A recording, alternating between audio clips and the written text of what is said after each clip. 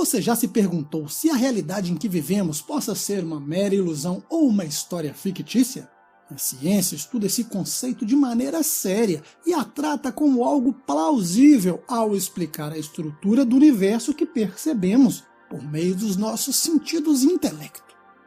Agora pare e pense por alguns segundos. Considere que tudo que você vê, tudo que você toca ou sente, seja uma mera ilusão, ou melhor, uma simulação. Claro, provavelmente você já ouviu isso por aí, porém, embora pareça algo novo, não é não. Pelo contrário, esse conceito, estudado hoje pela ciência, aparece bem antes. Platão, por exemplo, filósofo, nos brindou com seu mito da caverna. Nele, Platão afirma que o que vemos pode não ser real, mas uma projeção de outra coisa. E toda essa maluquice pode ser mais real do que você pensa. E não tenho dúvidas que não é à toa que os cientistas estudam esse conceito a fundo. Sobretudo agora, porque temos a computação. Ela se tornou um grande instrumento para imaginar de maneira mais precisa que, de fato, algo muito estranho e raro aconteça com nossa realidade. E mais, e que nós mesmos, com nossas simulações atuais, como esse vídeo que você está vendo, podemos imaginar e criar um universo virtual no futuro. Não entendeu nada, né? Mas não se preocupe. Sabe esse papo complexo, chatíssimo, que quase torra nossos neurônios? Pois é sobre ele que vamos falar, mas de maneira diferente, com exemplos e, como eu sempre gosto, didaticamente e no popular. E se você acha que seja um papo científico demais, ou espiritualista demais, ou religioso demais, você tem e não tem razão. Ao final, você verá que tudo dito pode ser aplicado em todas as áreas. Prepare-se muito bem, assista até o final, senão não vale, porque essas descobertas mudarão sua forma de ver o mundo. É possível demonstrar a hipótese da simulação de maneira clara, sem palavras rebuscadas e no popular? Sim, é possível. Basta você prestar atenção e acompanhar meu raciocínio. E para fazer isso, vou usar bastante o termo ou seja, e lhe darei duas referências para que você comece a mastigar. Os filmes Matrix e Inception, ou A Origem. Esses filmes não só trazem essa possibilidade, mas escancaram a realidade virtual que muito possivelmente todos nós vivemos.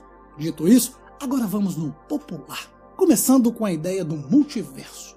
Se trata do seguinte: o universo que você e eu podemos ver ou observar é apenas um pedacinho de uma parte da realidade física, ou seja, a realidade que os nossos olhos podem ver. Esse pensamento deu lugar a um conceito, algumas ideias, ou seja, uma teoria chamada de multiverso. E essa palavra bonita, multiverso, é nada mais, nada menos que mais que um universo. Bem, essa teoria diz: existem outros universos que podem ser paralelos, ou seja, equivalentes, contudo, com leis físicas diferentes e constantes que nos governam, ou seja, com vários tipos de leis que nos regem, ou seja, que nos conduzem. E aqui nascem várias perguntas. Qual a consequência disso? Se existem, por que há tantos? Por que estão aí? E mais, se vivemos numa simulação, os múltiplos universos, ou seja, os vários universos, não seriam várias simulações realizadas ao mesmo tempo? E se sim, com qual finalidade? Bem, quem quer que seja que criou tudo isso, podem ter apenas executado ou criado simulações. E aqui você pode chamar do que quiser. Anjos, demônios, alienígenas, energia, enfim, do que quiser. Quem criou talvez quisesse observar os resultados diferentes com variáveis diferentes, usando as diferentes simulações e, claro, dentro desses diversos e distintos universos paralelos. Por exemplo, nós seres humanos criamos simulações para prever o clima, calcular trajetória de lançamentos de foguetes para o espaço e até mesmo para resolver problemas como situações climáticas. Essas simulações são muito úteis, mesmo sendo tão básicas quanto as nossas. E por mais que sejam simples, com elas podemos prever em minutos situações que, teoricamente, ocorreriam em semanas, meses ou até anos. Ou seja, com essas simulações, podemos encontrar uma solução para o nosso problema. Muito bem, a grande pergunta é: O que acontece se realmente não passarmos de uma simulação? Se somos parte dessa simulação, talvez algumas espécies estejam nos utilizando para resolver seus próprios problemas. E agora você deve estar imaginando, quem está nos usando? Anjos, deuses, alienígenas? Não. Neste caso, o termo correto é a própria espécie humana, porém de um futuro bem distante. E você e eu somos sua simulação. Se você não entendeu, vamos a um exemplo claro. O jogo The Sims. Da mesma forma que você e eu nunca saberemos, os Sims do jogo nunca saberão se o mundo deles é simplesmente uma simulação executada nos circuitos de silício que nós mesmos fabricamos. Mas Wagner, é possível mudar essa realidade? E agora, novamente, eu preciso que você preste atenção. Nos jogos de videogames como Minecraft e GTA, temos universos imensos em que é possível executar todo o mundo virtual. Porém, tudo depende de uma coisa, o observador. E o observador é você enquanto personagem do jogo. Veja bem, não é você atrás da tela da TV, é você lá dentro do jogo interagindo com o ambiente. E isso tem um nome bonitinho, um nome chique, rebuscado, que criaram para você não entender nada.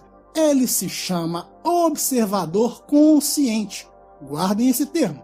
Agora vejam, o universo, ou seja, a realidade do jogo, embora estejam programados, elas são construídas à medida em que o observador interage com seu ambiente de maneira imediata. Porém, a simulação não precisa executar uma porção, ou seja, um pedaço do universo que está longe do observador.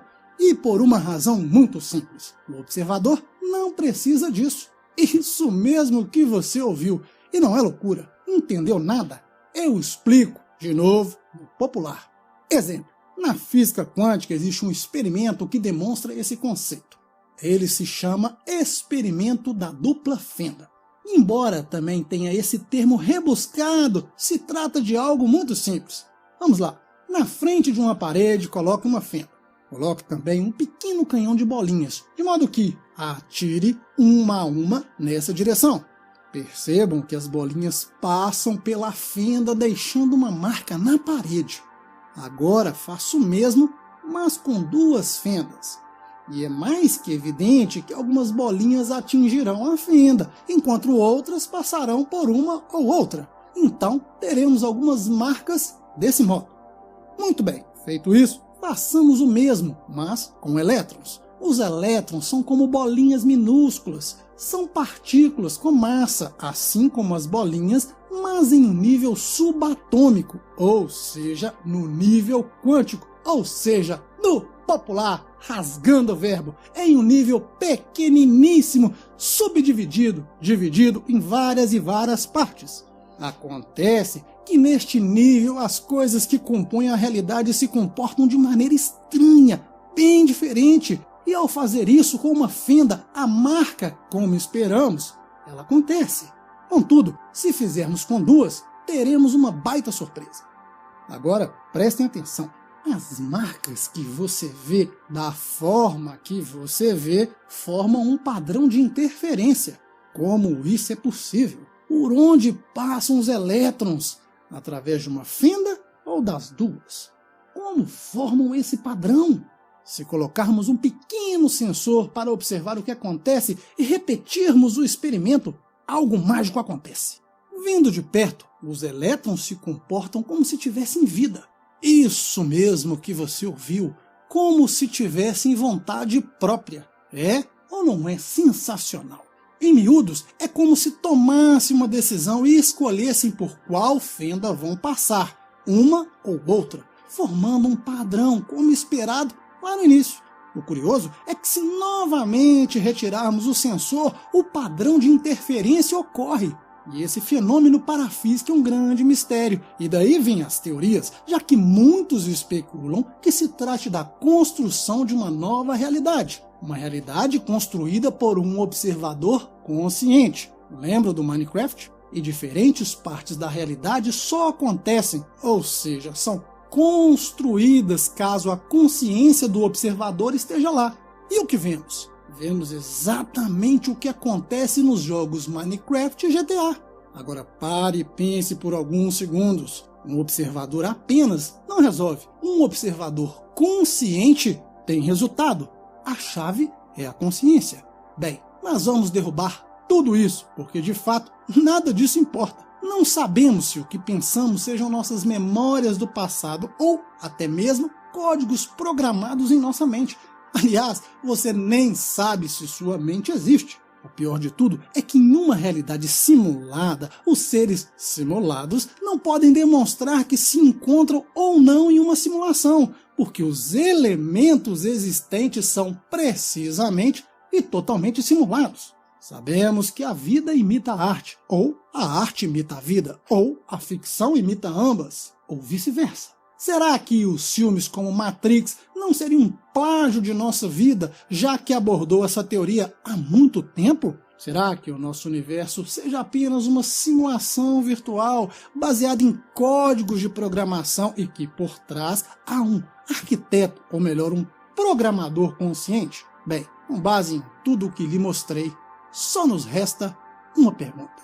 Tudo o que você vê, ouve, sente é apenas uma simulação? Essa eu quero ver. Deixe aqui sua opinião nos comentários. Eu sou Wagner Souza. Forte abraço e até mais.